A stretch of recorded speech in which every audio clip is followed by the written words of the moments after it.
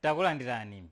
Tiyembekezere nyengo ya dzuwa madera ambiri a mzigawo zakumwera ndi pakati, koma mitambo yochuluka tiyembekezere madera mchigawo chakumpoto, ndipo mvula yowaza igwa konso madera ena a mchigawo chakumpotochi.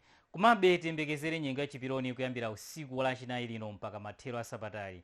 Nyengo imeneyi idzabwera ndi mvula madera ambiri a mzigawo zakumpoto komanso kumwera.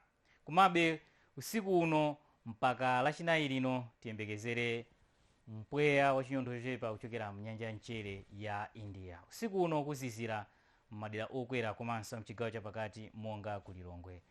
Kudzacha kwa dzuwa mawa madera mzigawo zapakati ndi kumwera, komabe mitambo yochuluka idzaoneka madera mchigawo chakumpoto. Mawa mbandakucha tiyembekezerenso nyengo yozizira Blantyre ya kulilongwe komanso kunzuzu kuzizira pang'ono madera mphepete mwa nyanja ya Malawi. Ndiye mawa masana tiyembekezere nyengo ya mitambo madera ena mchigawo chakumwera, makamaka madera okwera monga Blantyre komanso kuzomba. Nyengo ya dzuwa tiyembekezere madera mchigawo chapakati monga kulilongwe, kasungu komanso kudowa. Mitambo yochuluka idzaoneka kunkhatabe, kunzuzu komanso kuchitipa.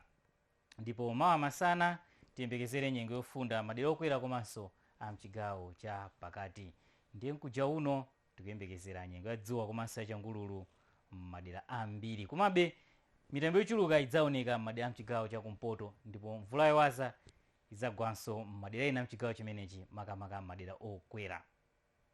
Madzulo ano mnali ndine Ali Chibantho, akhala nosindikira dziwani za nyengo.